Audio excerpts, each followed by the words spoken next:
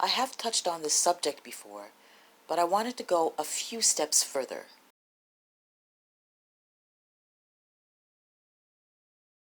There are a variety of options of how you can get neutral density filters.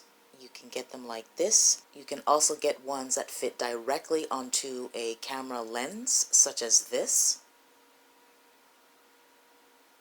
You can also get neutral density filters as a gel. This would probably be the best version to get because you can cut them in the exact shape and size that you want.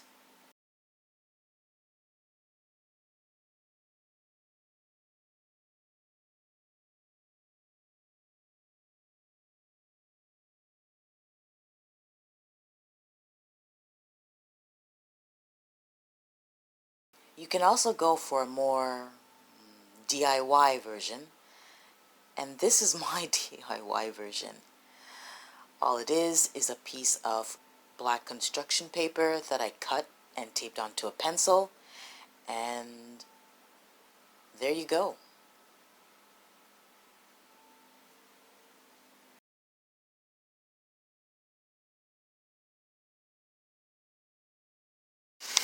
Okay, so these are ND filters. This is one stop, so it's blocking light at one stop, and this one is blocking light at two stops. I'm going to try the two stops, see what happens. The more intense the blocking of light is, the more of an effect you will have on your print. The first time I dodged a print, I used my hand, which is perfect when you want very subtle adjustments. I chose the two-stop ND filter because I wanted to show you how this really does work. The trick in doing this is to do it as soon as you start to expose the print.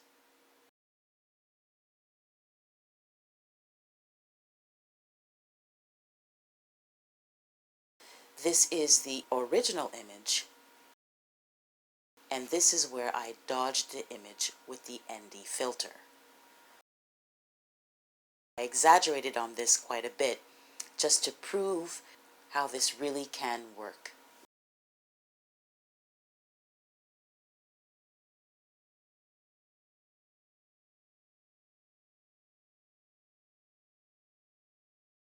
We all know that we need a contact print frame when making cyanotype prints, but what would happen if the contact is not enough? Here is the original image of the set. And here is the same image where I intentionally did not clamp the glass down for good contact. Here we have a closer look.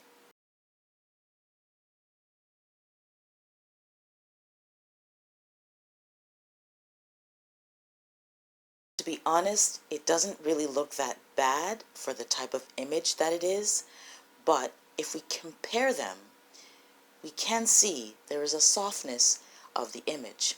We can look at this as something that can work well for a particular image, but in the case where you're looking for sharpness in your images, you want to make sure that you always ensure good contact when printing.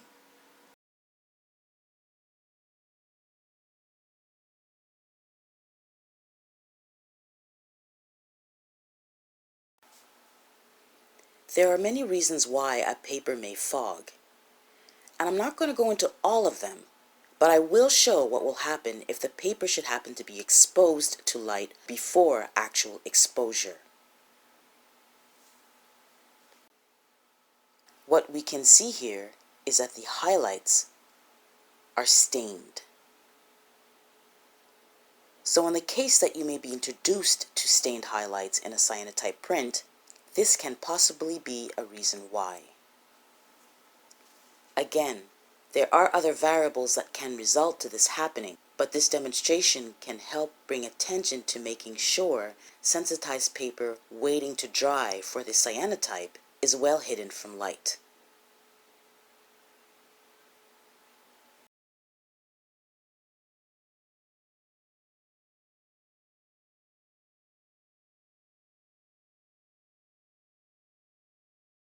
When brushing solution onto the paper, you want to be very careful that none of that solution ends up soaking onto the back of the paper. Most will mark borders on the paper itself lightly in pencil to use as a guide before applying solution onto the paper. Here is an example of what can happen if the solution does end up under the paper. I exaggerated this somewhat to show you exactly how it would look like and how you'd be able to assess a print if it should look something like this.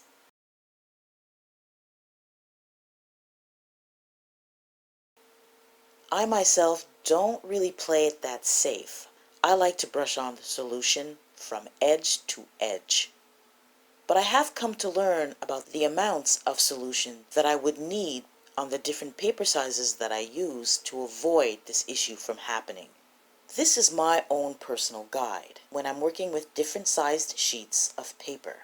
I will coat a 4x5 sheet with 1/8 of a teaspoon. For 5x7, a 1/8 of a teaspoon. For 8x10, I will use just under half a teaspoon.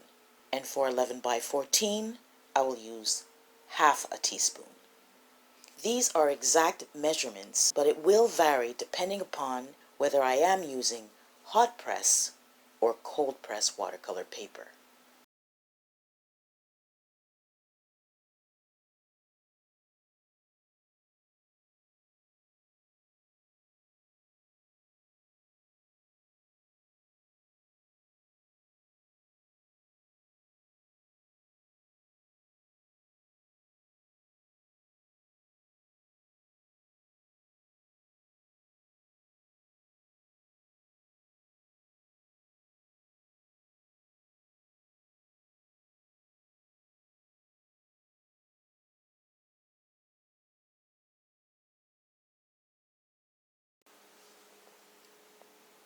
Brushing with nice long strokes is a way to ensure nice and even coating.